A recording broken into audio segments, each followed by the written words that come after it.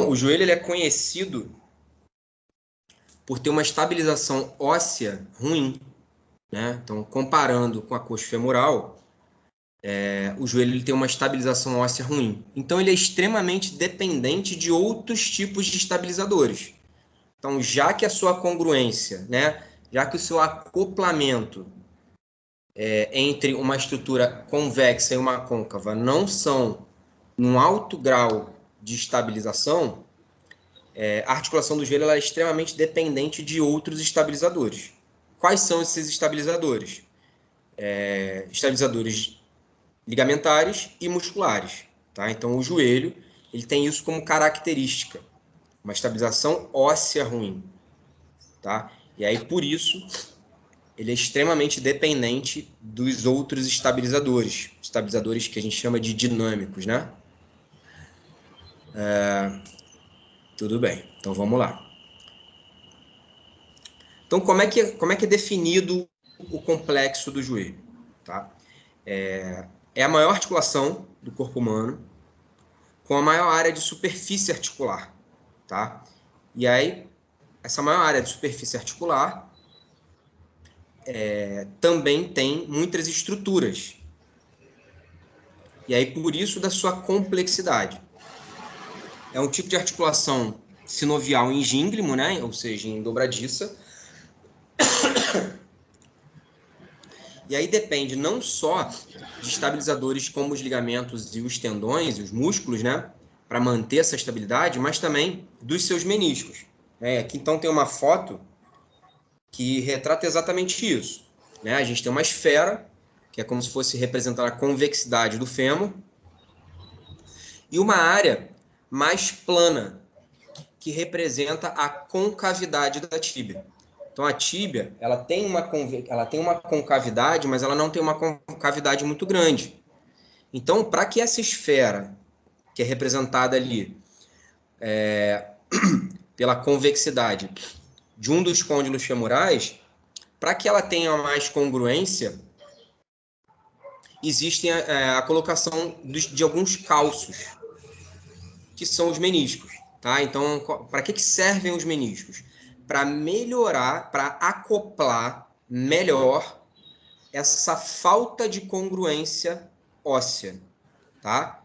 Então, o tamanho da convexidade femoral é maior do que a concavidade tibial. Então, isso gera muita instabilidade. E aí, para melhorar a estabilidade articular, foram colocados ali 2 meniscos para acoplar melhor essa falta de congruência. Tudo bem? Então tá, a gente pode dividir o joelho em 2 articulações, fêmuro-tibiais, uma lateral e uma medial. Mais uma vez, essa mesma informação passando na tela de vocês. A articulação tíbio-fibular não pertence anatomicamente ao complexo do joelho. Então, na literatura, a gente encontra que essa articulação tíbio-fibular, ela não compreende a articulação do joelho. A articulação do joelho, a gente compreende ali a articulação fêmuro-tibial e a articulação fêmuro-patelar. Tá? E aí, a fêmuro-tibial, a gente tem 2 articulações, uma lateral e uma medial. Cada uma com as suas particularidades. Então, tamanha falta de congruência óssea se faz necessária a presença de um sistema complexo de estabilizadores e acopladores de congruência. No caso, os meniscos. Estudos mostram o maior índice de artrose no joelho comparado às outras articulações do corpo. A justificativa é a falta de congruência óssea. Então, vamos lá. Vamos relembrar a lei de Wolff. Tá? O que seria a lei de Wolff? Vou passar à frente, mas deixa eu terminar só esse slide. No processo de artrose, o corpo ele produz osso para buscar estabilidade. Então, toda articulação que se demonstra instável, o corpo entende que se ele produzir osso na sua periferia, ele vai melhorar a estabilidade. E esse slide diz que o joelho, comparado a outras articulações, é uma articulação que apresenta muita artrose, comparando-se com outras articulações, tá? Então, o processo de artrose é exatamente isso. Produção óssea para melhorar a estabilidade. Então, se produz osso na sua periferia para melhorar a estabilidade articular.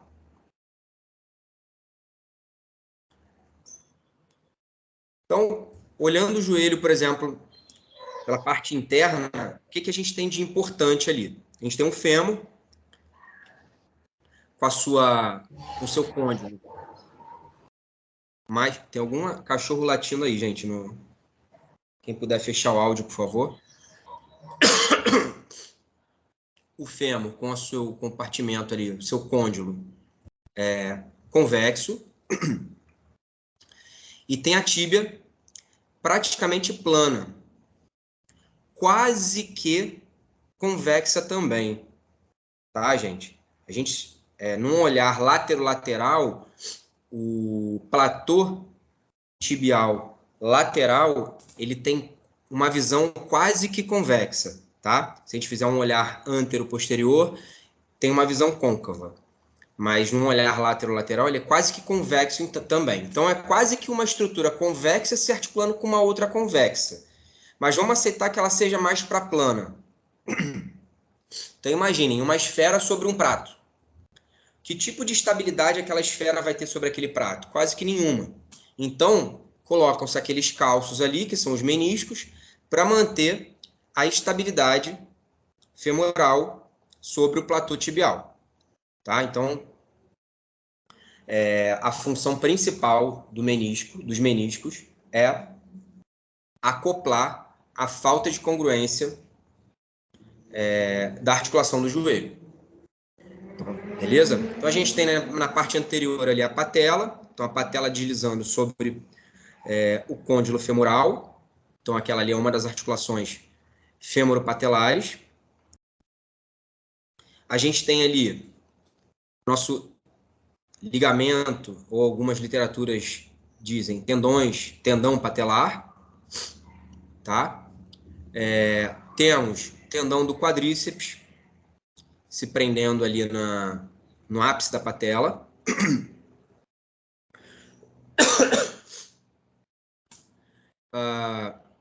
Temos uma bursa pré-patelar. Temos ali uma bursa do gastrocnêmio. E temos uma membrana sinovial. Tá? Nessa visão superior, a gente consegue ver a diferença entre o menisco lateral e o menisco medial. Então, o menisco medial ele tem uma forma mais aberta, né, de um semicírculo, e o menisco lateral uma forma mais fechada, um ângulo mais fechado, quase que um círculo total. Tá? Então, a gente tem ali se inserindo na parte anterior do côndilo. A gente tem o ligamento cruzado anterior.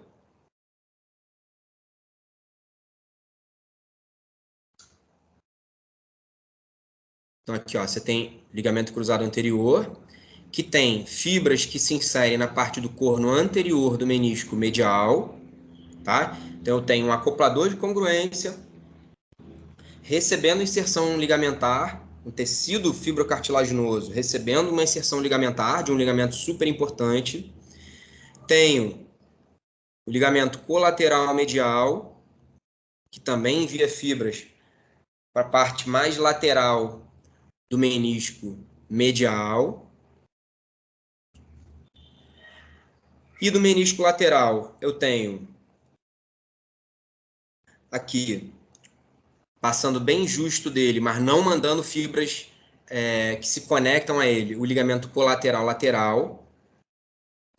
Tenho aqui ligamento cruzado posterior, certo? Em termos de estabilidade, o joelho ele é extremamente dependente dos seus estabilizadores, sejam dinâmicos ou estáticos. De forma didática, essa é uma nomenclatura usual, né? Então, quando a gente fala de estabilizador dinâmico ou de estabilizador estático, a gente pensa em tecidos contráteis ou não. Mas cabe uma reflexão para a gente conceituar de forma funcional esses estabilizadores, né? Então, a gente não pode, de forma funcional, negligenciar um ligamento colateral medial, por exemplo, como um estabilizador totalmente estático, pelo tipo de inserção que ele tem, tá? Então, a gente tem que ter uma reflexão sobre o quão estático e o quão dinâmico cada estabilizador é.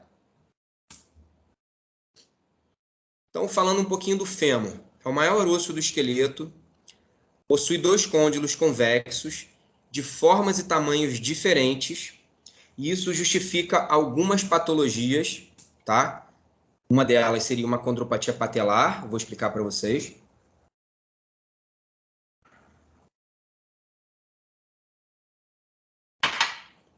Então, se a gente puder olhar aqui, ó, isso aqui é um fêmur esquerdo, tá? Eu tenho aqui, ó, um côndilo femoral medial mais raso e um côndilo femoral lateral mais proeminente, certo? Então, se vocês olharem daí, eu tenho um côndilo femoral medial raso e um côndilo femoral lateral mais pontudo, mais proeminente. E tenho aqui, se articulando com essas duas estruturas, a patela. Normalmente, você tem essa patela subindo e descendo, lateralizando e medializando. Então, toda vez que essa patela se choca com a ponta desse côndilo femoral lateral, que é mais proeminente, então precipita o contato da cartilagem patelar com o côndilo femoral lateral, a gente vai ter um desgaste maior da patela, um atrito maior da patela sobre esse côndilo, gerando desgaste, gerando amolecimento, gerando processo inflamatório, gerando dor nesse paciente, tá? Então, uma das justificativas para o desenvolvimento da condropatia patelar, e se vocês puderem observar, normalmente o desgaste, as fissuras acontecem mais do lado lateral da patela, é justificado pela forma do côndilo femoral lateral, por ele ser mais pontudo, tá bom? Então, durante o final da extensão, essa patela ela sobe e lateraliza. Quando ela lateraliza, ela se choca com essa ponta do côndilo femoral lateral, que é mais pontudo. E aí acaba tendo esse desgaste dessa cartilagem pré-patelar. Beleza? Então tá, durante o final da extensão, ocorre um choque do ligamento cruzado anterior com o teto da incisura troclear. Então, o teto da incisura troclear, limitando a translação anterior exacerbada da tíbia sobre o fêmur. Então, toda vez que eu tenho um final da extensão... Cadê meu elastinho? Toda vez que eu tenho o final da extensão, eu vou ter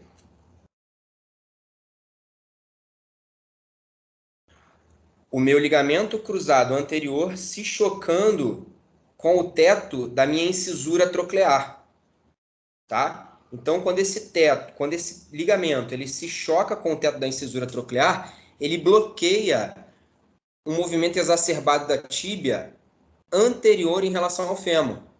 Então, ele estabiliza a tíbia em relação ao fêmur por conta desse choque do ligamento cruzado anterior com o teto da incisura troclear, tá? Então, esse ligamento está localizado aqui. Então, toda vez que ocorre essa extensão, lembra que a gente já estudou isso?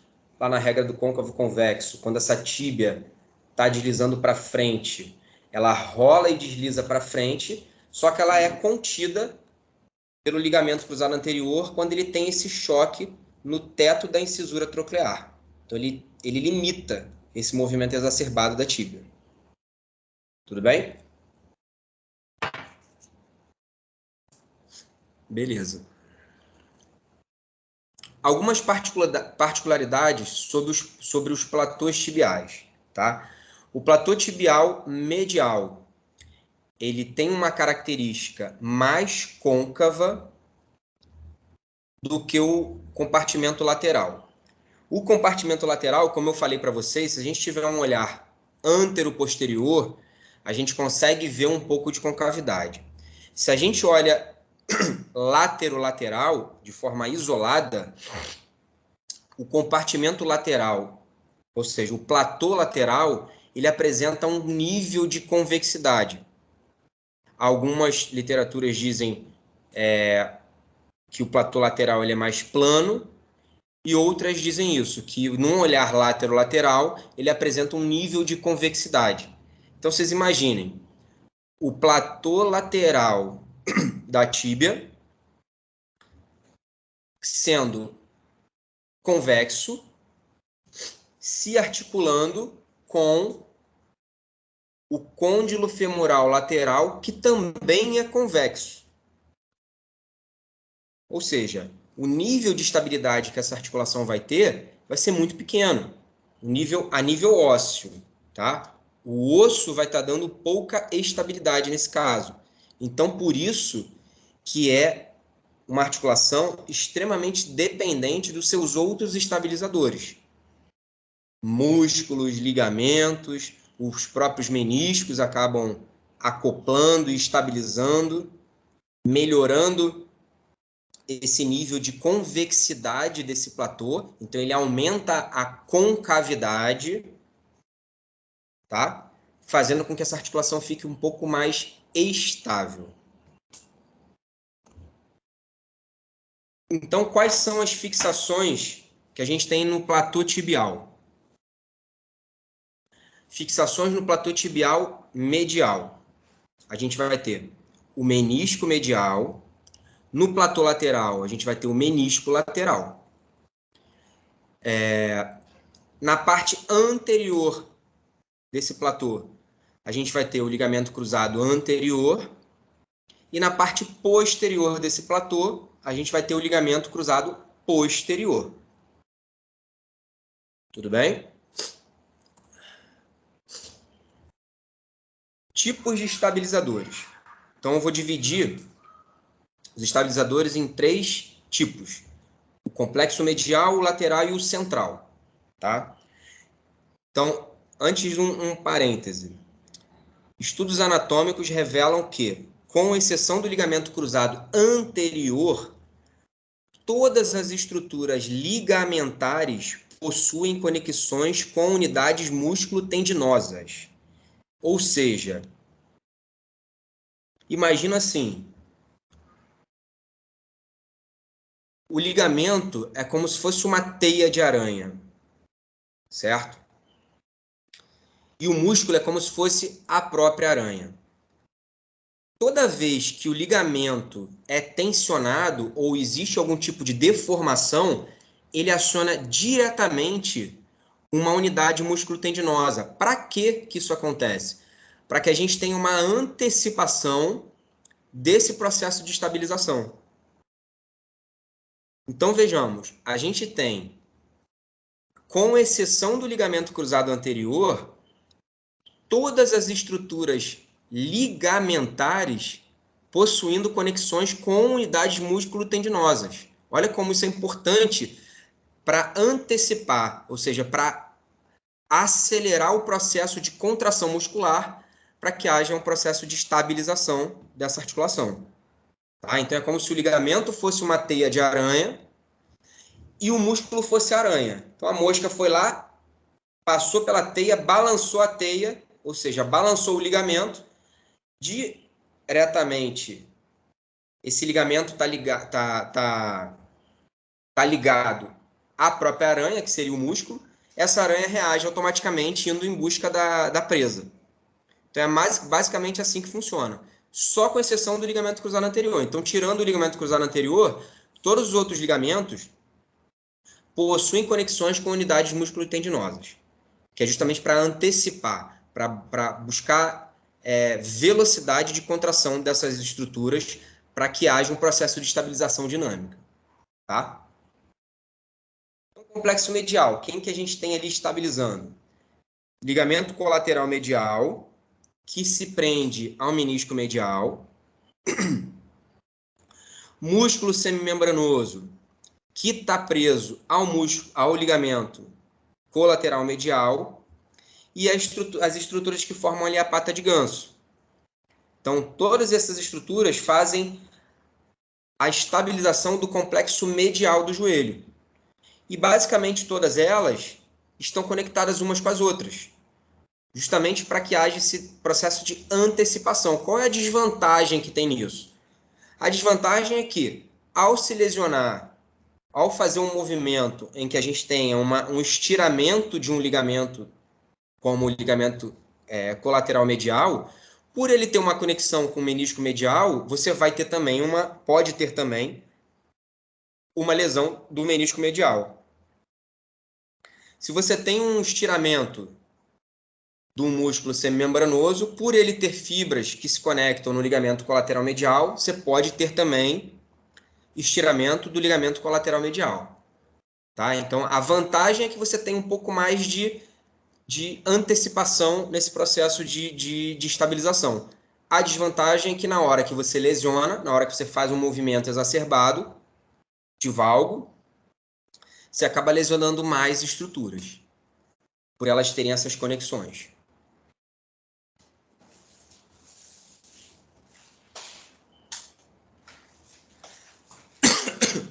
Então aqui, gente, é uma foto do compartimento medial do joelho. Então a gente tem aqui a cápsula articular, tem aqui, ó, quem forma a pata de ganso, ó, semitendinoso, grácil e sartório. Temos aqui, ó, ligamento colateral medial, certo? Então, todas essas estruturas fazem parte dos estabilizadores dinâmicos do complexo medial do joelho. Então, toda vez que eu tiver um estiramento dessas estruturas, num estresse em valgo, por exemplo, eu posso ter lesão do menisco, posso ter lesão do ligamento, posso ter lesão de tendão também, porque uma está ligada à outra. E no complexo lateral? Quem eu tenho ali estabilizando o complexo lateral? Tem o ligamento colateral lateral, tem o músculo tensor da fáscia lata, tem o músculo poplíteo e tem o músculo bíceps. Lembra que eu falei lá que o bíceps se insere na cabeça da fíbula? Então ele acaba sendo um estabilizador lateral, dinâmico lateral também. Tá? Então aqui uma visão lateral. Tem aqui, ó, a cabeça da fíbula, cabeça do bíceps, ligamento colateral lateral. Só uma imagem para vocês relembrarem quem são as estruturas laterais, trato iliotibial. Só para vocês relembrarem aqui quem são as estruturas mediais e laterais do joelho, tá bom? E no complexo central? Quem que a gente tem ali de estrutura importante para estabilizar o complexo central do joelho? Então, eu tenho o meu ligamento cruzado anterior, ligamento cruzado posterior, tenho menisco medial e menisco lateral. Então, o meu complexo central de estabilizadores é composto por ligamento cruzado anterior, ligamento cruzado posterior, menisco medial e menisco lateral. Então, aqui mais ou menos uma visão anterior do joelho, rebatendo a patela. Eu tenho aqui o meu ligamento cruzado anterior, que ele é tridimensional. Ele sai do bordo interno do côndilo lateral superior, né? Então, ele está no côndilo, na parte medial do côndilo. Então, ele sai de superior para inferior, ou seja, ele sai do fêmur para a tíbia. Ele sai de trás para frente, então ele sai lá de trás do côndilo e vai lá para frente do platô. E ele sai de lateral para medial. Então, ele sai da face medial do côndilo femoral lateral e vai lá para a parte medial do menisco medial, tá? Então, ele é tridimensional. Ele sai de cima para baixo, de lateral para medial e de trás para frente.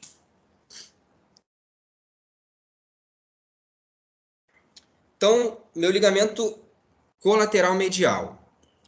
O que meu ligamento colateral medial é capaz de resistir a nível de movimento articular? Então, gente, ó, tem aqui o membro inferior esquerdo. Aqui, esse elastiquinho aqui representa meu ligamento colateral medial.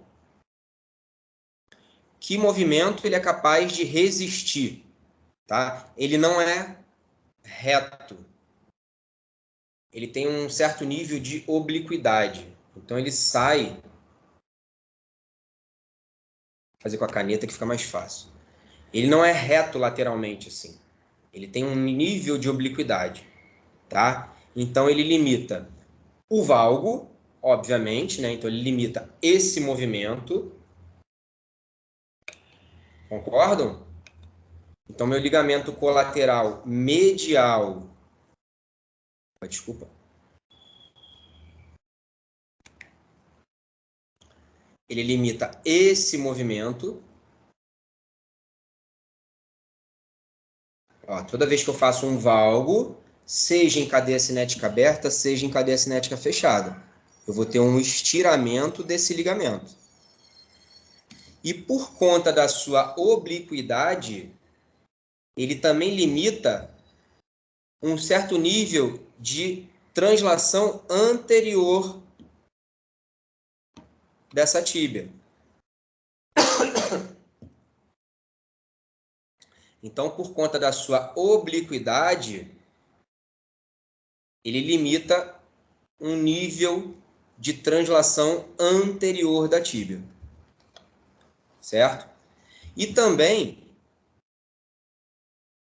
limita o extremo da rotação lateral. Então, nesse movimento helicoidal da tíbia, ele consegue limitar essa rotação lateral extrema, tá? Então, quais seriam os movimentos possíveis capazes de lesionar um ligamento colateral medial? Um estresse em valgo, primeiro separadamente, um estresse em valgo, uma translação anterior da tíbia e uma rotação lateral extrema da tíbia. Ou tudo isso associado. Certo? Ou de forma isolada, ou tudo isso associado. Beleza? Então vamos lá, falar um pouquinho do ligamento cruzado anterior. A sua inserção tibial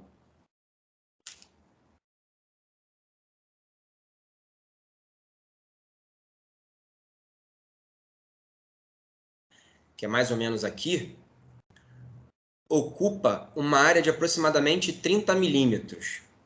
É bem mais resistente que a femoral.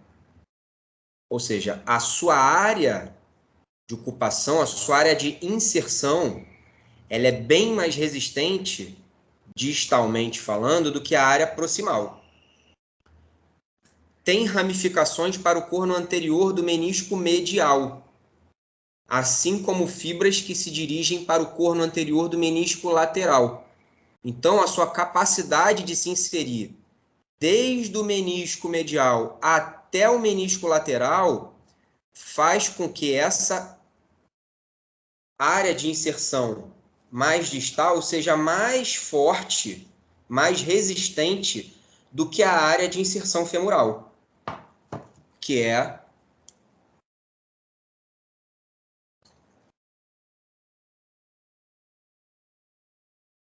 na parte medial do côndilo femoral lateral, tá? Então, a sua origem femoral, ela está localizada na parte posterolateral do intercôndilo.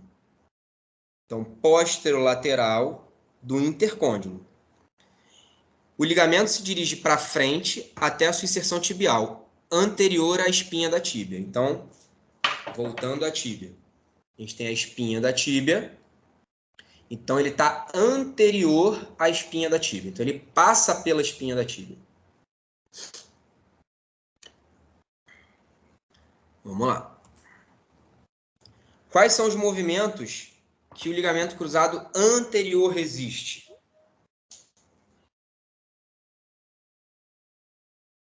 Alguma coisa aconteceu aqui. Ah, não. Má qualidade da rede. Está todo mundo me vendo e me ouvindo, gente? Sim. Show. Sim. Sim. Fernando, só quando você vai mostrar o movimento dos No ossos, osso? isso, das articulações, e às vezes nosso ponto de visualização, ele fica muito abaixo. Às vezes precisa centralizar mais o que está sendo mostrado. Não fique claro aí para a sua câmera. Acho que assim melhor. Ficou melhor? Quando Quer que você eu volte alguma coisa em relação ao cruzado? Não, tá bem claro. Só mesmo a questão de conseguir visualizar o que está acontecendo. Tá. Fica abaixo da câmera. Beleza. Obrigado. Eu afastei um pouquinho, vamos ver se melhora. Eu acho que aí fica melhor. E aí, o que o ligamento cruzado anterior ele resiste? Ele resiste a uma translação anterior da tíbia. Então, lembra que eu falei para vocês que ele sai de superior para inferior, ele sai de trás para frente e ele sai de lateral para medial. Então, ele está mais ou menos assim, ó. Só que aqui no meio da articulação. Deixa eu me ver aqui para ver se o ponto de visualização tá ok. Tá excelente, excelente. Tá bom assim? Tá. Então, ó, vamos imaginar que esse ligamento cruzado está aqui no meio, tá? Esse ligamento ele sai de trás para frente, de cima para baixo, de lateral para medial. Então, ele está assim, tá? Então ele limita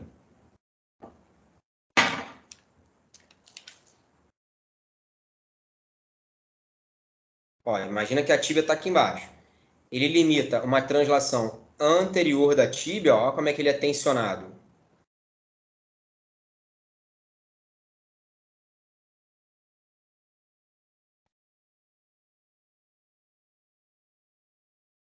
Tá? Então ele limita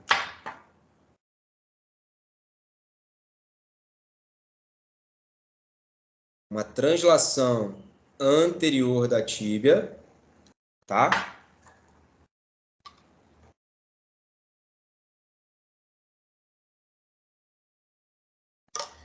Ele limita, ele resiste a um valgo com rotação lateral da tíbia. Então, ele, além dele limitar uma translação anterior, por conta dele ser tridimensional, ele também vai limitar o valgo. Se mistura os dois, translação anterior com valgo e com rotação lateral da tíbia, ele normalmente entra em falência com a sua ruptura. E normalmente na sua inserção proximal, que é mais frágil. E o LCP? O LCP ele vai resistir o oposto. Então, ele vai resistir à translação posterior da tíbia. Por sua vez, a flexão do joelho. Concordo? Então, se numa flexão de joelho eu tenho uma translação posterior da tíbia, lembra? Ó, na extensão de joelho, eu tenho um deslizamento anterior. Então, o cruzado anterior vai limitar a extensão do joelho. O cruzado posterior limita uma translação posterior do joelho. Então, por sua vez, o ligamento cruzado posterior vai limitar a flexão exacerbada do joelho. Então, o movimento de hiperflexão vai ser limitado pelo ligamento cruzado posterior. E a parte lateral, compartimento lateral ali, ligamento colateral lateral.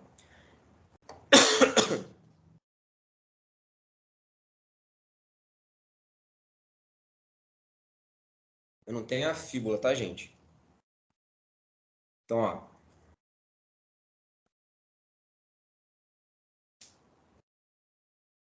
Tem aqui meu ligamento colateral lateral, que vai resistir ao varo. Por conta da sua obliquidade, também resiste à extensão final. E o oposto ao ligamento colateral medial vai resistir ao extremo de rotação medial. Tá? Então, eu vou resistir ao varo. Vou resistir à extensão final por conta da sua obliquidade, tal qual o ligamento colateral medial. E vou resistir à rotação interna ou rotação medial da tíbia.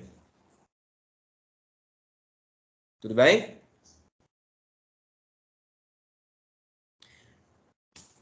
Então, Strobel, através do estudo, revelou que quase todas as estruturas ligamentares possuem conexões com unidades músculo-tendinosas.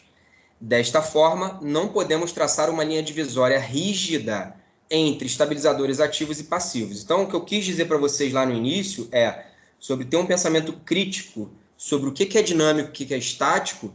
Isso depende. Por quê?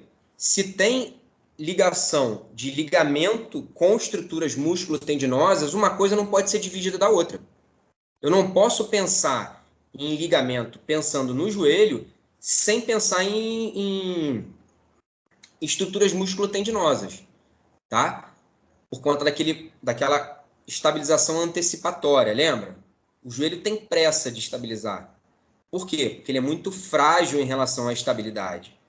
Por isso que tem estruturas músculo-tendinosas sendo ligadas com estruturas ligamentares, com exceção do LCA. O LCA é a única estrutura que não tem uma estrutura músculo-tendínea sendo presa nele. Então, quando você tem um estiramento do LCA, você não tem uma contração antecipatória, vamos dizer assim.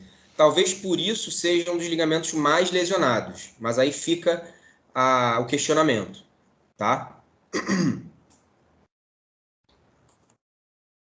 Bom, função principal do menisco. Dois meniscos. Principal, acoplador de congruência. Eles servem para isso. Então, toda vez que você tem um paciente que não tem os meniscos, né? Antigamente se retirava totalmente o menisco, né, numa artroscopia, começaram a ver níveis de artrose muito alto em pessoas mais jovens, justamente por isso, pela falta do menisco. Então, lembra que eu falei? O corpo ele não entende que aquela região está instável por falta do menisco e começa a produzir osso. Ou seja, começa a produzir estado de artrose, tá? Para melhorar aquela estabilidade. O menisco também ele aumenta a área de contato. Ele com uma função um pouco menos importante, ele ajuda a lubrificar. Lembra como é que eu falei para vocês, como é que é o tipo de nutrição da cartilagem? Menisco é um tecido fibrocartilaginoso. Então, ele se alimenta, ele se nutre também por difusão simples. Então, ele é responsável por liberar líquido sinovial e absorver líquido sinovial também. Então, ele precisa ser comprimido e descomprimido. Isso faz com que haja uma redução do estresse de compressão. Tá? Mas a função principal dele é acoplar congruências. Então, como é que acontece a vascularização dos meniscos? Então, estudos de fluxometria a laser com Doppler registraram fluxos mais altos de sangue na periferia e menos na parte central. Então, existe um nível de vascularização mais na parte periférica, mas na parte central quase zero. Tá? Então, aqui, se vocês puderem ver, na parte periférica existem alguns níveis de vascularização, mas na parte mais central, quase zero. Então, aqui ó, é uma imagem ampliada, eu tenho aqui o meu fêmur, eu tenho aqui a cartilagem femoral, tenho o meu menisco aqui, ó, tíbia aqui embaixo, e aqui eu tenho meus vasos, ó, mais na parte periférica e zero na parte mais central. Tudo bem? Então, o Bird demonstrou em um estudo de microscopia eletrônica a presença de alguns canais que correm entre essas fibras cartilaginosas, formando como se fossem dutos, como se fossem calhas, tá? Por onde passam líquidos intrameniscais. Então, são aqueles líquidos que são absorvidos durante a descompressão, né, o líquido sinovial. Esses líquidos eles fluem através dessas calhas, através desses dutos, da parte periférica para a parte central. Então, é como se fosse um colchão d'água, tá? Então, é como se fossem calhas mesmo, onde permite que esse líquido ele vá da parte central para a parte periférica. Então, existem duas teorias. Esses dutos servem para ter uma nutrição mais profunda desse menisco, mas também para fazer como se fosse um colchão d'água. Então, ajudando a amortecer, a diminuir essa carga axial na articulação do joelho. Tá? Então, quais são as particularidades do menisco medial comparando com o menisco lateral? O menisco medial ele tem uma baixa mobilidade, ele é mais fixo no platô tibial. Tá? Tem mais estruturas estabilizando ele no platô tibial. Que estruturas? Tem o ligamento cruzado anterior, fixando no seu corno anterior, tem o ligamento colateral medial, fixando ele pela parte medial, e tem o músculo semimembranoso, fixando ele na parte posterior, no seu corno posterior.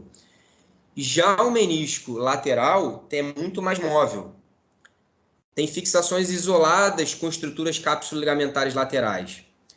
Tem o corno posterior, sendo fixo pelo cruzado posterior, e o músculo poplíteo também na parte posterior. E ele é muito mais móvel.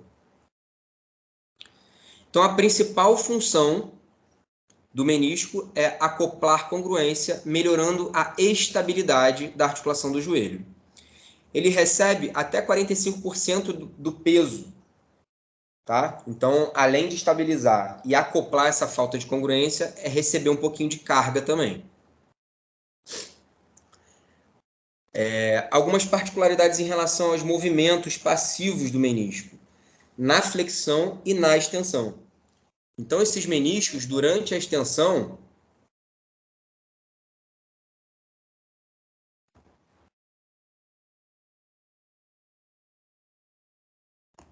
os meniscos, durante o movimento de flexão e extensão, eles se movimentam, né? Eles estão presos no platô tibial. Então, eles acompanham os movimentos do platô. Então, durante a extensão de joelho em cadeia cinética aberta, o platô tibial não vai para frente, então esses meniscos se movimentam para frente também. Durante a flexão em cadeia cinética aberta, o platô não vai para trás. Então, esses meniscos acompanham os movimentos do platô por eles estarem fixos nos platôs, tanto medial quanto lateral da tíbia, tá? Nas rotações. Então, eles sempre vão seguir nas rotações o deslocamento dos côndilos.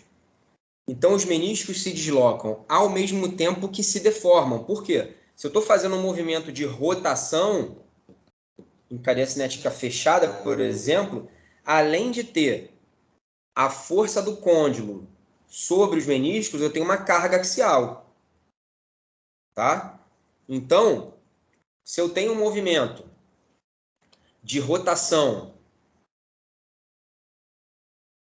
interna da tíbia ou externa do fêmur, o meu menisco medial ele vai acompanhar o meu côndilo. Então, ele vai anterior e lateral. E o meu menisco medial, o meu menisco lateral, vai posterior. Então, ó, côndilo medial, côndilo lateral. Menisco medial, menisco lateral. Se eu faço um movimento de rotação interna da tíbia ou externa do fêmur, o meu menisco medial vai acompanhar meu côndilo. Então, ele vai para frente e para lateral. O meu menisco lateral vai para trás. Ó, meu côndilo não está indo para trás e para dentro. E o menisco lateral se move 2 vezes mais que o menisco medial. Fatores ativos que fazem com que esses meniscos se movimentem, além do côndilo empurrando esse menisco para frente e para trás, ainda fazendo força de cisalhamento. Durante a extensão, a tensão das asas menisco-patelares, causada pela ascensão da patela, desloca os meniscos para frente. Então, ó, durante o movimento de extensão, a minha patela não está subindo. Quando ela sobe, ela tensiona as asas do menisco, as asas menisco-patelares. Então, elas puxam esse menisco para frente. Então, eu tenho aqui, ó, tenho minha patela aqui. Quando eu faço um movimento de extensão, essa patela tende a subir. Quando ela sobe, as asas menisco-patelares que estão presos na patela e no menisco, quando essa patela sobe, ela traciona para frente esses meniscos, como se fosse abrindo umas gavetas, tá?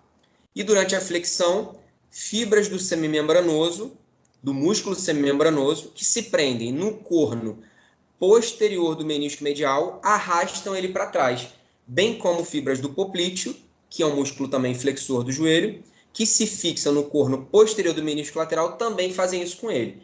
Então eu tenho, além de ter os côndilos realizando esse movimento sobre os meniscos de empurrar eles para frente e para trás, eu tenho também os músculos que se prendem nos meniscos, jogando eles para frente e para trás.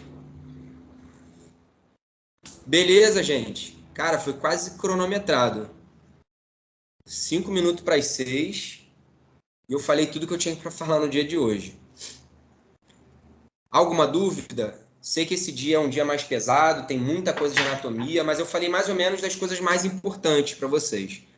A gente vai relembrar na sexta-feira parte de biomecânica, de artrocinemática. Eu vou dividir osso a osso do pé e do tornozelo, o que cada um faz. A gente vai entrar em disfunção osteopática e sábado a gente vai fazer a parte prática, tanto de avaliação quanto de técnicas. Fernando, me tira só uma dúvida. Até quando vai estar liberada a prova? Porque o que acontece, como eu estou fazendo a reposição de módulo, eu não estou conseguindo ter acesso a esse conteúdo na plataforma, liga. Eu tenho que resolver isso com o Bruno. Mas tem que ver até que data seria a prova, porque eu não tenho previsão de quando que vão encerrar a prova A desse da módulo. fase... Então, cara, Pedro, eu não consigo te responder isso, cara, porque eu fiz de uma forma que pudesse contemplar a maioria das pessoas. Eu não consigo te dizer se, no teu caso, por ser reposição, você consegue fazer para frente. Porque se eu abrisse na plataforma para fazer essa prova da fase 1 até sábado da semana que vem, se eu não me engano, isso ia ficar aberto para todo mundo. Então, é uma questão que você tem que ver com o Bruno, realmente. Eu não sei te responder. Da fase 1, normalmente é até quinta-feira para entregar. Pois é. Tá. Ok, então eu vou ter que ver com o Bruno para ver como que ele vai inserir isso lá na plataforma. Porque se não... Bom, se não está inserido... Se não for inserido até quinta para você, a gente vai ter que arrumar um jeito de você fazer esse quiz depois. Mas tenta resolver logo isso. É um quiz bem básico, tá, gente? São 2 por fase, com peso 1. E o da fase final tem peso 2. Quais são as perguntas da fase 1? Como assim? Tá, tu quer a resposta, né? Não, eu não tô querendo a resposta, tô querendo saber as perguntas. Então, daqui a 2 minutos você vai saber. Vai ficar aberto para vocês. Gente, Fernando, queria agradecer. Alguém tem mais alguma dúvida? tá me ouvindo? Tô. Quem tá falando? Rafael. Rafael. Diga, Rafael. Queria que você repetisse, cara, só esse final aí de quem é que traciona os meniscos anteriormente e posteriormente, na extensão e na flexão. Tá. Anteriormente, existe uma estrutura chamada asa menisco patelar, tá? Asa menisco patelar são ligamentos que saem da patela, que se prendem no corno anterior dos 2 meniscos. Menisco medial e menisco lateral. Tá? Então, imagina lá a patela, estruturas fibrosas saem da patela e se prendem no corno anterior do menisco medial e do menisco lateral. Quando eu faço o movimento de extensão do joelho, a minha patela não sobe? Sim. Quando ela sobe, ela traciona essas asas menisco-patelares. Quando as asas são tracionadas, elas tracionam os meniscos para frente. Perfeito. Entendeu? Então, para frente, quem traciona é o movimento de superioridade da patela. Sim. Através das asas menisco-patelares. No movimento de flexão, já são os músculos. O semimembranoso, que tem inserção no corno posterior do menisco medial. Então, o semimembranoso, que é um flexor do joelho, puxa o menisco para trás. E no menisco lateral, o poplíteo, que tem inserção também no corno posterior do menisco lateral. Então, é aquela sinergia de forças. As asas menisco-patelares mantêm uma certa tensão do menisco para frente e esses músculos mantêm uma tensão para trás. Dependendo de quem está ganhando, dependendo do movimento que eu quero fazer, eu vou ter deslizamento do menisco para frente ou para trás. Fechou? Perfeito. Show de bola. Obrigado. Valeu, Rafa. Mais alguém, cara? Alguma dúvida? Cadê a Thelma? Thelma tá aí ou já foi embora? Thelma tá fazendo café. Bom, gente, eu tô ansioso para conhecer vocês. Tô ansioso para rever um pouquinho do que a gente falou aqui. Fica muito mais claro quando cada um traz um pouco mais de dúvida, quando a gente para um pouco a aula, mostra na peça ou mostra na parte prática ali, tá? Espero que vocês não fiquem com essa ansiedade. Espero que eu tenha passado para vocês com o máximo de clareza possível as partes mais importantes da anatomia e da biomecânica. Espero que tenha feito sentido para vocês essa construção do raciocínio desde o básico, da biomecânica básica, do que é artrocinemática, do que acontece nas articulações e quais tipos de regras a gente vai utilizando, tá? Espero que faça sentido para vocês o que é uma disfunção osteopática a partir de hoje. Se eu falo para vocês que existe um movimento de anteriorização e de posteriorização do talos, eu não posso dizer para vocês que existe uma disfunção em... Desculpa. Uma disfunção de talos superior ou inferior, se ele não faz esse movimento biomecânico, tá? E que vocês podem levar, na grande parte das disfunções, esse tipo de raciocínio. Que a disfunção osteopática ela é a manutenção ou exacerbação de um movimento biomecânico que já existe. Não inventem um movimento biomecânico para justificar uma disfunção osteopática. É alguma coisa que já existe, só basta buscar. Tá? E às vezes tem que buscar no básico, num capande da vida. Tudo que eu passei de um movimento que eu vou passar, a base de biomecânica é o capande. Tudo bem? Beleza. Gente, bom final de domingo. Fiquem com Deus. Até sexta-feira. Espero todos vocês lá, tá bom? Vou parar a gravação aqui. Valeu, Alguém Fernando. quer falar alguma coisa? Vou agradecer aí a Só agradecer, cara. Foi maravilhoso. Obrigado. Hoje. Quem é representante da turma? É Daisy. Daisy, é Daisy? É Daisy, é Ah, Daisy. Deise. Cadê a Daisy? Deise, qualquer outra dúvida sobre o material, pode acionar o Bruno, que o Bruno vai passar para mim e a gente tenta facilitar para vocês. Tudo bem? Fernando? Gente, abração, tá? Ô, Fernando. Bom final de domingo aí. Fernando? Estudem Bruno, para sexta, hein? Bruno. O Fernando? Bruno quer falar. Valeu, Fernando. Bruno quer Obrigado. falar? Opa, sou eu, Fernando. É o seguinte, cara. Se você puder parar de compartilhar a tua tela agora, que aí a galera vai fazer uma foto, aí todo mundo botando a câmera aí aberta. Parei de compartilhar. Vai me dando instrução aí que eu tô meio... Não, é que agora a galera abriu a câmera para poder fazer aí uma foto aí. Normalmente a gente faz isso, entendeu? Show. Sei que tu não é muito de rir, não, mas dá um sorriso aí, pô. Pô, pode me marcar, gente. Eu não vou tirar foto, não vou postar, mas se quiser me marcar, tudo bem. Valeu, vou falar 1, 2, 3 e já. Vou printar aqui. É. Valeu, gente. Boa noite, até semana que vem a gente se encontra. Valeu, tchau, tchau. Valeu, abraço. Valeu, boa noite. Pode ser domingo aí. Melhoras. Valeu.